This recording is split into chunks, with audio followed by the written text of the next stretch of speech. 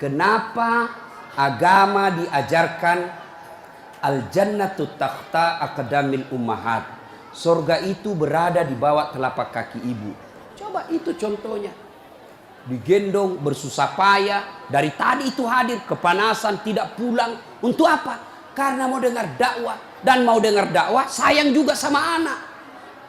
Makanya adik-adik sekalian, ketika Anda durhaka sama ibumu, maka jangankan kau masuk surga, baunya surga diharamkan bagimu.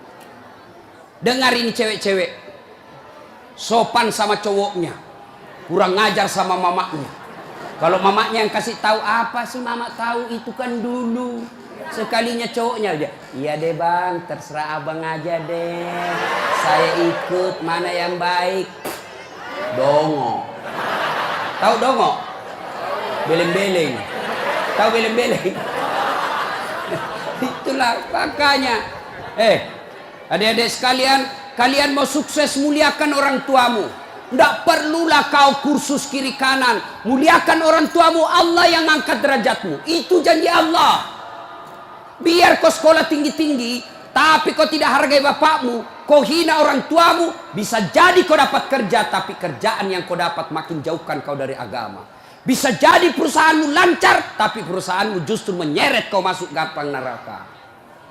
Ada orang tidak cerdas, tidak terlalu berkualitas dirinya, tapi dia muliakan orang tuanya, Allah angkat derajatnya. Maka adik-adik, muliakan orang tua, enak hidupmu. Itu tadi model anak sekolah. Kalau kita model yang sudah punya istri, bagaimana modelnya Ustadz durhakanya? Takut sama istrinya.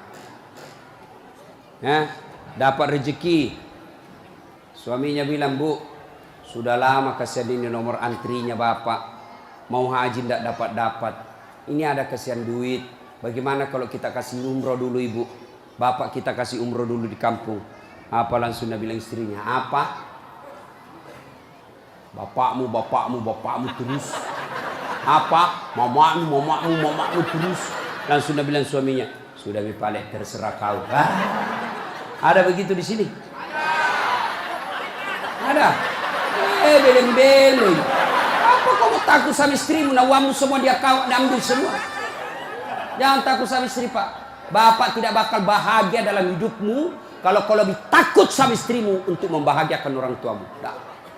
Makanya hidupmu susah dalam rumah tangga. Kenapa? Istrimu kurang ngajar sama ibumu. Maka bilang sama istrimu, jangan coba-coba sakiti perasaan ibu saya. Kalau kau lukai perasaan ibu saya bawa kau ke pengadilan agama, saya ceraikan kau baik-baik. Lalu saya bilang sama mamanya, istriku di rumah, boleh kau marah-marah sama saya, boleh kau tutup pintu, yang penting tidak kau kunci. Boleh kau lempar kepalaku, yang penting tidak kena. Satu yang tidak boleh, jangan kau pernah hina orang tuaku. Begitu kau hina orang tuaku, wabillahi taufiq wal hidayah, keluar. Begitu deh. Ada di sini takut sama istri? Jangan, Pak. Itu yang membuat ibu juga kalau mau bahagia rumah tanggamu, muliakan mertuamu. Datang mertuamu dari kampung, dari Sulawesi Selatan, hormati. Jangan baru duduk mertua dia bilang, kapan ki pulang, mak?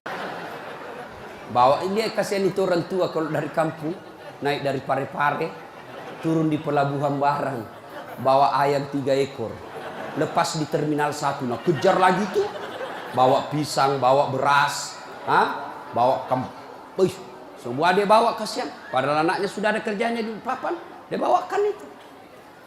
Begitu cintanya orang tua kepada anak. Jadi wajar kalau ibu bapak kurang ajar, tidak akan mendapat berkah dalam hidup. Muliakan orang tua ya. Kalau ada yang tanya-tanya, kenapa hidupku susah selama ini? Tidak usah tanya jalan lain. Durhaka sama orang tua. Orang tuaku sudah meninggal, Ustaz. Cara berbuat baiknya. 1, doakan. Allahumma gfirli wali walidayya warhamhuma kama rabbayani. Saya heran lihat-lihat kita. Kalau tangannya ulama kita cium bagus. Bagus. Tapi pernahkah Bapak perlakukan tangannya ibu seperti itu? Pernahkah Bapak perlakukan tangannya orang tua? Saya orang lain. Belum tentu saya doakan Bapak ikhlas. Doakan saya Ustaz. Saya doakan tapi belum tentu saya ikhlas. Kenapa? Saya belum tahu Bapak. Tapi kalau orang tuamu yang doakan kamu, pasti ikhlas. Saya tadi kesini ibu saya telepon. Mak, telo doa mau kak mak? Woi, walio doa aku nak.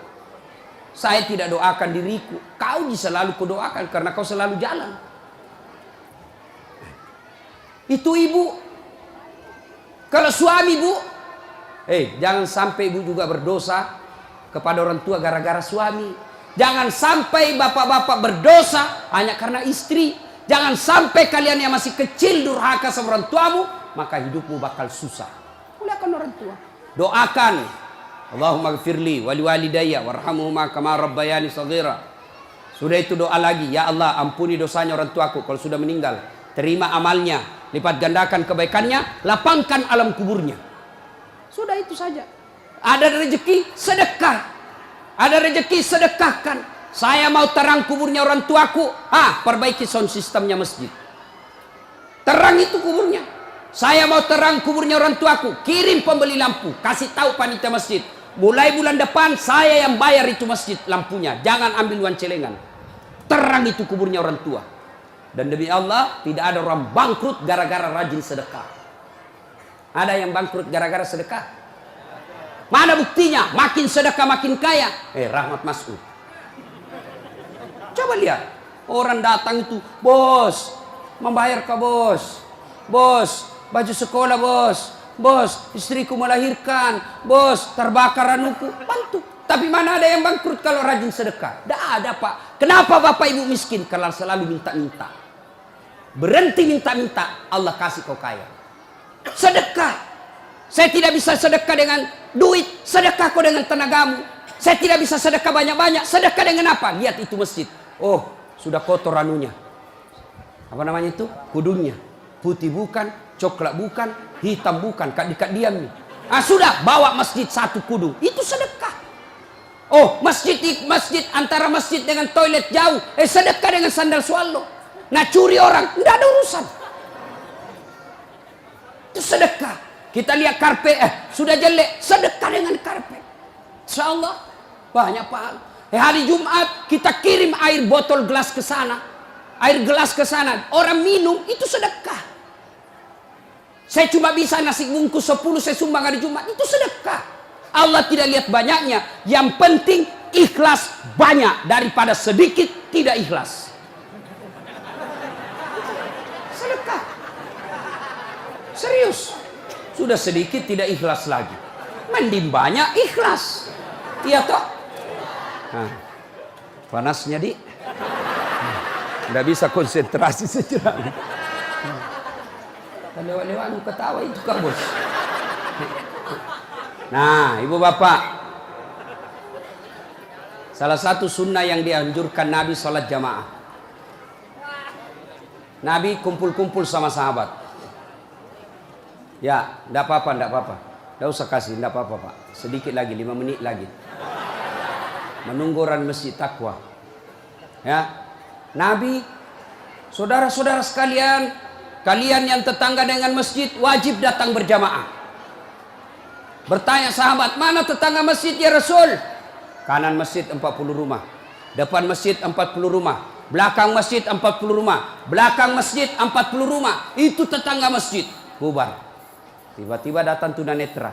Tahu tunanetra? Tidak melihat. Ya Rasulullah bagaimana saya? Oh kau ndain karena kau tidak melihat. Pulang ini. Boleh kau sholat di rumahmu karena kau tidak melihat. Pulang. Belum jauh dipanggil kembali Nabi. Ya fulan, tan. Sini kau dulu. Kenapa? Kau dengar azan di masjid. Saya dengar ya Rasul. Kalau begitu kau wajib datang berjamaah di masjid. Zaman Nabi, tunanetra wajib berjamaah karena dia dengar azan di masjid. Kalau ini hadis diterapkan Pak, penuh ini masjid jamaah. Kenapa? Kalau azan di menara sampai di ujung-ujung rumah dia dengar. Dan alhamdulillah masjid selalu ramai jamaahnya Pak. Terutama kalau subuh. Penuh sampai di luar.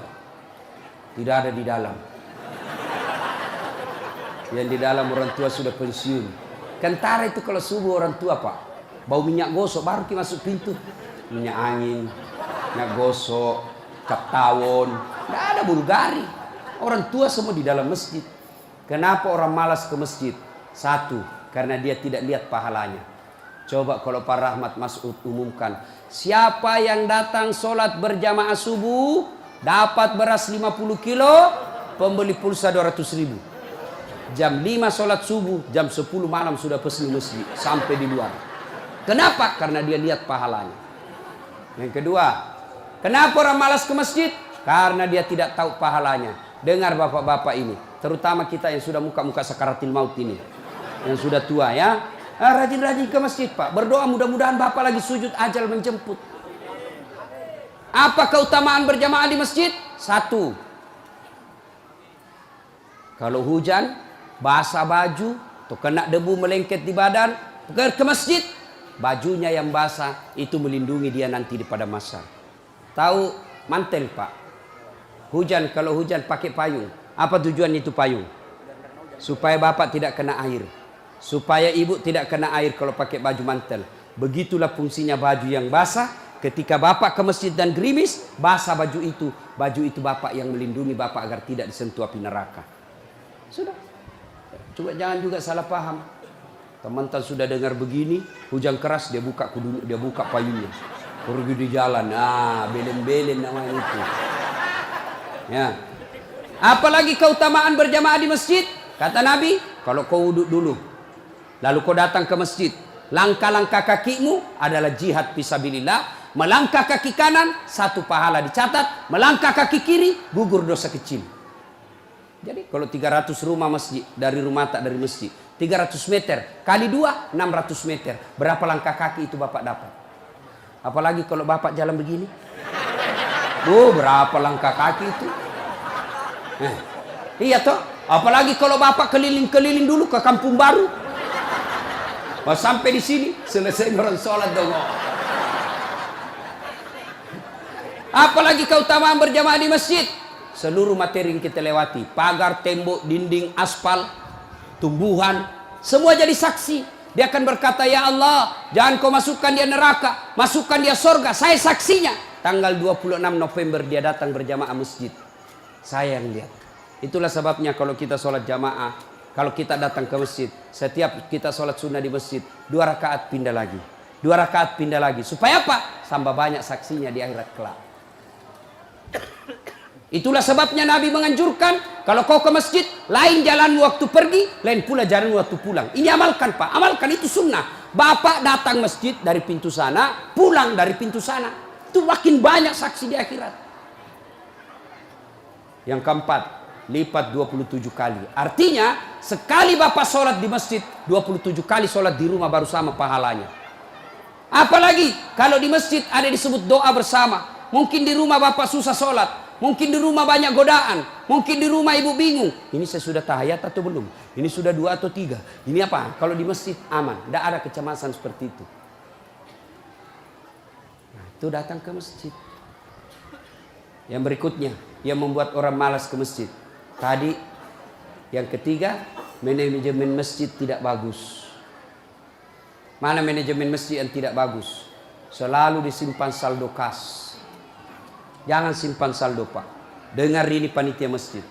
Bapak kalau simpan saldo kas di masjid, Bapak yang tanggung dosanya, tidak jalan amalnya orang. Saldo kas 80 juta. Jangan simpan. Cari orang yang susah, yang rajin berjamaah. Ada utangnya di bank, bayarkan supaya dia lepas dari kredit. Boleh itu. Baru dia suruh cicil ke masjid. Kalau dia di bank berbunga, makin susah hidupnya. Boleh. Saldo kas 80 juta. Kita mau kencing tidak ada air. Kerannya rusak-rusak. Simpan, jangan. Berhenti jadi panitia kalau Bapak tidak bisa urus masjid. Yang sudah tua mundurlah. Kasih anak muda. Ini masjid bukan perusahaan punya. Begitukah di sini? Hah? Jangan marah Pak. Siapa suruh kau panggil Kak? Mau kok. Demi Allah Pak, Bapak tanggung kalau amalnya orang tidak jalan. Bapak coba kalau itu uang cuma 100.000, tapi diberikan keran, maka selama keran itu berputar, selama itu orang yang punya uang dapat pahala. Tapi kalau dia cuma di bank disimpan, tidak jalan amalnya. Belikan dispenser, belikan kopi. Tidak apa-apa, boleh. Jangan ditulis di masjid, dilarang tidur. Siapa yang larang tidur di masjid? Tidak ada dalilnya. Ayo, Bapak pernah ke Tanah Suci di Madinah? Pernah ke Mekah? Ada tidak ditulis dilarang tidur? Tidak, Pak. Barangkali ada orang tidak bisa tidur di rumahnya, dia datang ke masjid supaya bisa tidur. Itu memang boleh. Yang tidak boleh, ngiler. Maka kalau kau mau tidur di masjid, bawa kau bantal. Kalau tidak bisa, kau gelisah kau di rumahmu. Bertengkar kau sama istrimu. Istrimu ngomel terus. Maka dia bilang, jangan kau pulang. Merdeka. Bodoh itu istri sekarang kalau Nabi bilang sama suami, jangan kau pulang. Oh, gembirai. Langsung Nabi bilang pacarnya, sini kau sayang. Di rumahku kau tidur. Kulayani kau dengan baik. Sudah. Jangan ditulis, jangan bawa anak-anak berisik. Bersyukur kalau masih ada anak-anak berisik di masjid. Kalau tidak ada anak-anak berisik di masjid, maka tidak ada lagi nanti yang mau datang di masjid. Kalian juga orang tua, kalau anakmu mau ke masjid, belikan songkok dan baju baru. Anaknya mau pergi, Pak, mau pergi masjid, belikan songkok. Apa dia bilang? Itu nak, songkok na nenek nu kau pakai. Anaknya nomor 7, songkok na nenek na nomor 10. Tak buas si songkok nama buas si. Berteriak ni temannya, Pak Doja, Pak Doja, Pak Doja. Tidak mau ya nak tak pergi masjid. Hei. Itu pentingnya anak muda jadi pengurus masjid. Karena kalian kalau sudah tua tidak ada yang tahu. Kau juga anak muda, muliakan orang tua. Tempatkan di mana itu orang tua? Tempatkan sebagai penasehat masjid. Jangan masjid dikira dia punya. Ini lembaga umat yang punya. Kasih karpet yang bagus. Ada saldo kas, jangan simpan Pak, Bapak berdosa. Tidak jalan amalnya orang. Apalagi membuat orang malas ke masjid. Apa? Kadang-kala apa? Sound sistemnya jelek. Begitu kita takbir, Allahu Akbar, langsung story.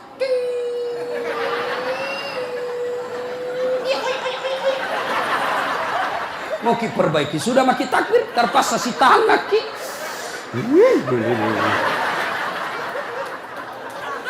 Apalagi membuat orang malas ke masjid. Apa? Kadang-kala muadzin. Jengkel orang dengar muadzin. Orang tua, sudah tua, tidak mau tom mengalah, mundur na wasangiko. Ayah.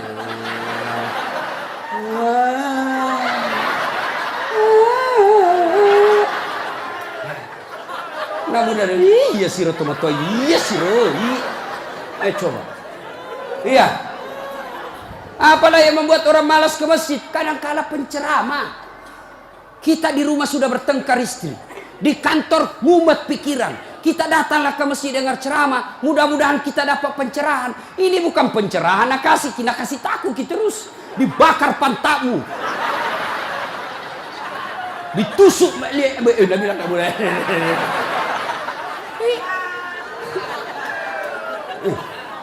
Iya. Apalagi yang kasih malas orang ke masjid. Kadang-kala apa? Imam. Ada juga imam suka sekali baca panjang. Tidak tahu juga apa nak baca. Nagarek nemi. Dalin. Al-Fatihah paling nak baca.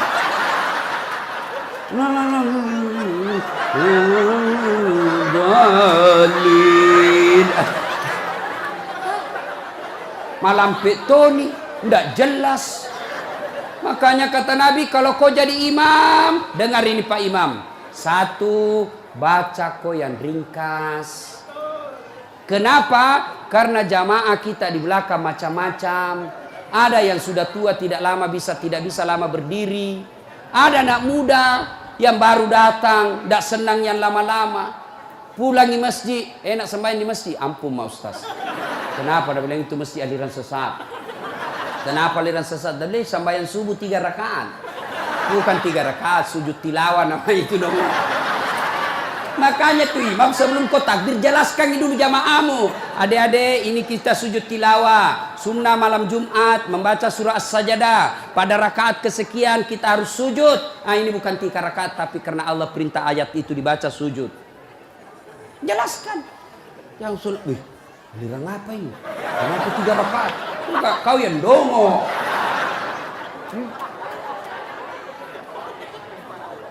Tidak bisa orang lama-lama di belakang, Pak.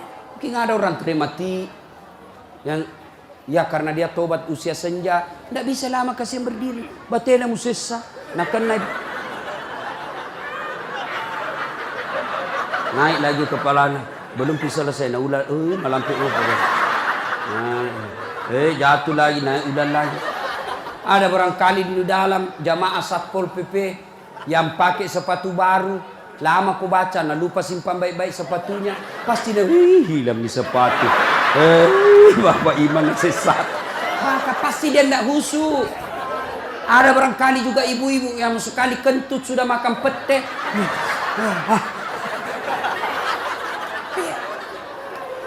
Ya, yang kedua kata Nabi, kalau kau jadi imam, baca yang umumnya orang hafal. Tujuannya apa, Ustaz? 1, supaya jamaah ikut kalau dia hafal. Coba kalau kita imam baca Al-Fatihah, kita ikut juga toh. Kenapa? Karena kita hafal. Tapi coba imam membaca surah Al-Baqarah ayat 10 sampai 120. Nah, imam sibuk dengan bacanya, kita sibuk dengan hayalan tak. Mau ikut, tidak dihafal. Mau ruku, belum ruku, terpaksa dibaca semua pengumuman masjid. Keadaan keuangan masjid, saldo kas pengeluaran, sumbangan dari haji, dibaca semua. Belum selesai ini, sudah dibaca satu palampang ini, satu ini dibaca lagi Persatuan Guru Republik Indonesia. Belum selesai imam, dibaca lagi bajunya tim sukses. Rahmat Masud, calon wali kota Balikpapan. Semua Pak dibaca. Siapa salah? Imam. Ada ini cerita gini, wallahu alam benar atau tidak. Ada penghafal Quran, dites bacaannya. Nah, kau imam, kau mau dengar bacaan imam lah dia. Dia baca betul yang susah. Hanya dia yang tahu. Tiba-tiba jatuh cicak di kepalanya. Tas silang itu, stres. Orang stres hilang bacaannya. Apa sambungannya ini ayat? Mau ruku, tidak tahu. Apa sambungannya? Tidak ada tuh bisa bantu. Terpaksa Nabi bilang imam, tolong bantu di belakang. Nabi bilang di belakang, saya juga tidak tahu. Tiba-tiba berteriak anak muda. Dia bilang, kalau begitu ya sudah, ya Allahu Akbar. Siapa salah? Siapa salah? Siapa salah? Ini waktuku kuliah ini, kisah nyata. Waktu saya KKN. Belum Pak jadi ustaz waktu itu. Ada temanku, baru kenal ceritanya ini. Pikir sholat di posko. Dia pakai gamis. Baju baju ustaz sih. Kemudian, alumni pesantren ini. Imam, dialah imam. Al-Fatihah lancar. Begitu dia baca Al-Kafirun, aku bilang macam apa? Macam apa ini? Wala antum abiduna ma a'bud, wala ana abidum ma abattum, wala antum abiduna ma a'bud, wala ana abidum ma, wala antum abid, wala ana. Jengkel temanku yang anak fakultas sastra. Langsung teriak, Nabi bilang, kenapa itu tak putar-putar tidak mau sampai? Nabi bilang ini imam, ilmi juga kupikir. Kacau salat. Siapa salah? Siapa salah? Imam. Ini waktuku SD di kampung, sembahyang asar. Sujud Pak Imam lama sekali. Apa ini imam lama sekali sujud? Tiba-tiba ada temanku nangkat kepalanya, sembahyang asar tuh. Dan tidak ada imam. Ternyata imam keluar dari pintu samping. Kacau sholat bubar, tidak ada imam. Selesai sholat ditanya, Pak Imam, kenapa aku tinggalkan saf? Nabi bilang, kentut kanan. Pak Imam, lain kali kalau Bapak Imam kentut, kasih bangun dulu supaya dilihat kau pergi. Nabi bilang, aku sengaja nak, karena malu aku lihat. Kacau sholat, siapa salah? Siapa salah? Imam. Makanya agama mengajarkan dalam fikih sholat jamaah, hati-hati milih imam. Makmum siapa saja boleh jadi makmum. Mulai orang gila sampai orang sadar boleh jadi makmum. Mulai orang dewasa sampai belum balik boleh jadi makmum. Mulai orang cerdas sampai orang blow on boleh jadi makmum. Imam tidak boleh. Hati-hati. Kenapa? Salah imam kacau sapi. Maka hati-hati. Kalau salah imam bubar jamaahmu. Perlu ini perlu. Dia tanya, Ustadz bagaimana kalau perempuan? Boleh ibu perempuan ke masjid, tapi tidak dianjurkan. Tapi kalau mau ke masjid, jangan dilarang kata Nabi. Kenapa perempuan dulu tidak dianjurkan ke masjid? Karena dulu tidak aman. Kalau pergi sendiri diculik dan diperkosa dulu. Sekarang di Manggar aman. Siapa mau culik apalagi kalau ibu sudah 60 tahun. Siapa mau culik bu? Bikin susah. Ada remaja. Ini ustadz yang ceramah. Tidak pernah saya pondok pak. Tidak pernah saya sekolah pondok. SD sekolah umum, SMP sekolah umum, SMA sekolah umum, sarjana sekolah umum, S2 sekolah umum, S3 sekolah umum. Di mana saya belajar agama? Datang ke masjid. Saya kalau Ramadan dulu zaman SMP dan SMA, saya sudah bermalam di masjid. Waktu itu belum saya tahu apa itu itikaf. Tapi ternyata itulah itikaf, tinggal di masjid. Apa kerjaku? Kalau sudah jam 2 teriaklah saya di masjid. Sahur, sahur, sahur. Kalau ada lebih kue bawa sedikit ke masjid. Kita mau juga buka puasa mau makan sahur di sini. Cuma ada dulu imam di kampungku aneh-aneh pak. Berteriak ini bilang jangan pak, orang kaget semua. Siapa yang pukul Pak Doja? Lari semua orang ke masjid. Jangan pak. Ternyata jam 4. Kacau orang. Sudah itu ditegur, jangan bilang jangan pak. Karena Pak Doja tidak tahu. Nah bilang lagi, sahur, sahur. Sudah jam 3 lewat 60 menit. Cocok tahu aja gampang. Ayo, ibu bapak, saudara-saudara sekalian. Kita juga jamaah, ada aturannya. Sudah ya? Nah, karena sudah waktu, dari tadi saya tunggu, alhamdulillah. Kalau masih mau dengar ceramah, kita pergi rame-rame ke Masjid Taqwa. Kan tidak dibayar gitu. Nah, kita sama-sama lah ke sana. Ini saja tausiah kita, mudah-mudahan ada manfaat.